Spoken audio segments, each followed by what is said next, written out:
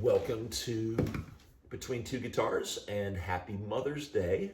My name is Merrill Needham and I'm your host. Again, I want to thank you for spending a little bit of your Mother's Day with me this morning. I really appreciate it. I do want to start the show by reminding you that we still have our Rush Moving Pictures contest going. Once I get to 100 subscribers, I'm going to do a drawing and a lucky winner is going to get sent a copy of Rush's Moving Pictures 40th anniversary on your choice of either vinyl or CD. So make sure you're hitting that like button. Make sure you're subscribing if you're not already subscribed. Please leave me comments. Let me know how I'm doing, how we can improve the show, what things you'd like to see. And who knows, you might end up scoring yourself some cool new music. Today on the show, because it is Mother's Day, what I'm going to do is a little Mother's Day top 5 rock songs about mom. So that's coming a little bit later in the show, but first I want to get to some music news. First of all, from our friends at Epiphone. We have now seen what's been promised for quite some time is a Epiphone version of the recent Jerry Cantrell Wino Les Paul that was issued as a Les Paul custom from like a custom shop limited edition that sold out in about 2 or 3 hours at about a $9,000 price point. I think it's a beautiful guitar. It was a Les Paul, one was a Les Paul standard, similar to mine, but was a wine red instead of a tobacco burst, had some different pickups and a different fingerboard, as well as a piezo pickup in the bridge, which I thought was a really, really cool idea, especially if you can get some of those kind of acoustic-like tones that you hear throughout, not just Alice in Chains, but Jerry Cantrell's solo work as well. Now, the Epiphone version is not $8,000, and thankfully it's also not a limited edition. You can get your hands on this guitar because it's designed for, kids to go ahead and grab. It's an $850 guitar, where that one was an $8,000 guitar, and my Les Paul Standard is, almost $3,000 now. So, the fact that they're making tons of these available, hopefully they'll sell a bunch of them. There is one thing that I am disappointed in the Epiphone version. Although overall it's a fantastic guitar for the price and has a lot of features that have been missing in Epiphone guitars over the last few years. They've really, really stepped up the quality, and especially the guitars that are in the Expired by Gibson group, which the Jerry Cantrell stuff does. These things are usually going to be made in their facility in Indonesia, which is only making these guitars. They're not making Epiphones one day and Ibanez's, 2 weeks later. So that's something that's really important. But you could have, and I'm sorry, you could have kept the piezo pickup in the bridge in the Epiphone model. I mean, I think $1,000 would have been a perfect price point for it. I mean, $850 is fantastic, but I really was looking forward to having that piezo pickup in the bridge, and I probably would have bought the guitar right away. That all being said, it's a fantastic guitar for what it is, and I think it'll sell. I think it'll sell out. And if you're a Jerry Cantrell fan, if you're an Alice in Chains fan, if you're a fan of that kind of music, definitely take a look at that guitar. It's available on Gibson's website. It's also available through Sweetwater Guitar Center, and then probably your local music shop as well. But wait, there's more. They didn't just release one new guitar, they released 2. The second is what's called the Jerry Cantrell Custom Prophecy. So it's kind of a combination between a Les Paul Custom and a Les Paul Prophecy. If you don't know what the Prophecy is, it's an Epiphone version, and it's a more of a modern day guitar. The Les Paul Prophecies have all come with active pickups as opposed to your standard passive pickups. So they've tend to appeal to a lot of your younger players, especially your players that play metal. Real quick, active pickups versus passive pickups. Active pickups have preamps built into the pickups, so you got to plug in a 9-volt battery, and you can get a whole bunch of interesting tonal qualities with an active pickup that you don't necessarily get with a passive pickup.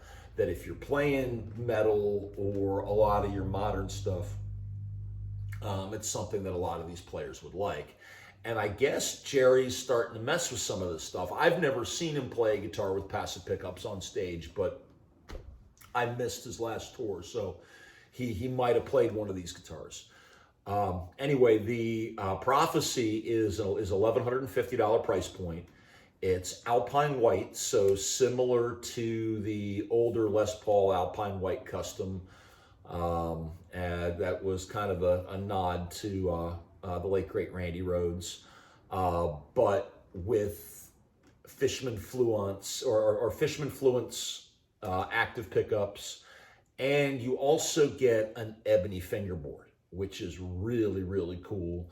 And Jerry Cantrell had a hand in actually designing. It's kind of a custom neck. That's supposed to be it's a slim taper of some sort. I've never held one, so I can't really compare it to either my Les Paul, which is a 50 style neck, which is a bigger one, or my SG, which is closer to the Les Paul 60s neck. It's more of a slim taper neck. I don't know what the Prophecy is going to be like. Hopefully, the local Guitar Center is going to get one here in stock, so I can play one. But that's the one of the two that I'm probably the most excited about. But the Jerry Cantrell Les Paul Prophecy and the Jerry Cantrell Wino that are both available now. Both are in stock, and they're great guitars for the price as well, especially for people that just don't want to spend thousands of dollars on a Gibson. So keeping with Gibson, another thing that they did this week and I thought was really cool is that they added some more lesson groups to their Gibson app. Now, for those that don't know, Gibson introduced, it's been almost 2 years ago, but it's been about a year and a half I've been using it. In 2020, they released their app as kind of a competition to the Fender Play. Now, with the Gibson app, the main thrust behind it is online lessons. And the way they do their lessons is similar to it's actually similar to Guitar Hero. If you remember that video game on the Xbox or PlayStation where you had a sort of guitar and your fingering would kind of crawl across the screen, and you would learn you would finger based on what they told you. This is how Gibson's lesson works. Now, it started with a software program called Rocksmith, which came out right around the time of Guitar Hero. So we're talking about 2013, 2014. And that was available on the PlayStation 3, and I actually had it where you could plug your guitar right into your PlayStation, and you could learn how to play guitar online. And, some people liked it, some people didn't. It didn't have a whole lot of music, but it was a different way to learn guitar. And for people that couldn't other ways, it was a great alternative. Now, when I quit drinking back in July of 2020, shortly after I picked up the guitar again, I went and signed up for this Gibson app. So I've been using it for about a year and a half. And, You know, it's working for me. I can now play a bunch of different chords, just not well enough to show you yet, although that'll be coming soon, along with some other upgrades once some things get purchased. We'll just say that. But it's a great alternative for learning guitar. It's $89 a year. You get unlimited lessons plus unlimited access to their song bank, which has, you know, several hundred different songs of many different genres. It tends to focus more, though, on Gibson and Epiphone's, you know, demographics. So a lot of the music applies to baby boomers and Gen Xers like myself. Although we're starting to see more modern pop, country, other genres as well. So they're constantly adding, and everything is kind of grouped in sections where you'll learn there's a rhythm guitar track and there's a lead guitar track. Where on the lead guitar track you'll learn power chords, notes, licks, riffs, and solos. And then on the rhythm guitar track, it's open chords, chord changes, strumming patterns, bar chords.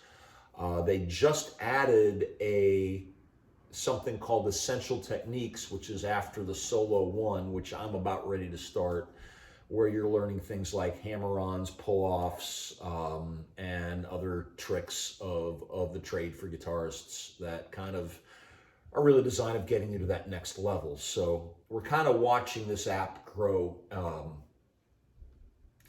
kind of along with us. I myself, I'm not being paid by Gibson. I've just used the app, and I think it's a great tool. Down the line, as I can get some improvements to my process here, hopefully I'll be able to kind of show you kind of how some of that all works. So keep your eyes or keep tuning in, and we'll hopefully have something along those lines for you here down the line. So definitely check out the Gibson app on the App Store for Apple or on Google Play if you're an Android user. And now for the finale of the show, we're gonna do my top 5 songs about mom, because today is Mother's Day. Now, I'm going to say this. I've kind of weeded out songs that were really kind of completely negative. For instance, Bohemian Rhapsody. I don't think mom would want a phone call from her son saying that, well, you know how the song goes. So that... again, Down with the Sickness by Disturbed, not great look for moms, so that didn't make the cut either. So anyway, here's going to be my top 5. These are all from my vinyl collection, and I hope you like them. At number 5, from Metallica's Load album, we've got the song Mama Said.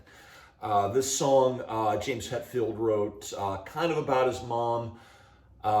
Did not have the greatest relationship with his mother growing up, but as you get older, you start to kind of figure things out, maybe what mom was really trying to do. Maybe she wasn't so bad after all. I'm throwing a lot of me in here too, because hitting 50, you're finally starting to figure out, and I have for many years, kind of what my parents were really meant by certain things. And well, Mom, I'm sorry. Anyway, this song at number 5 from Metallica's Load, Mama Said. At number 4, and today being Mother's Day, what better on Mother's Day than maybe getting Mom a little Mother's Little Helper? Now, this is a little tongue-in-cheek. We know what the song is about, but it's a fantastic song, and I'm sure that... not too many moms would be upset if we played it. I know my mom loves the song. She doesn't quite know what it's about, though. So, At number 4, Mother's Little Helper by the Rolling Stones. At number 3, from one of the greatest concept albums of all time, the song Mother by Pink Floyd. This is one of my favorite songs of all time. And it's a song about, I guess you could say, his relationship with his mom. And it's a fantastic song. So please listen to it if you get the chance. And at number 2, Pink Floyd's Mother. At number 3, excuse me. And at number 2, Ozzy Osbourne, Mama, I'm Coming Home, from the No More Tears album, which was also the album that he first told us that he was retiring,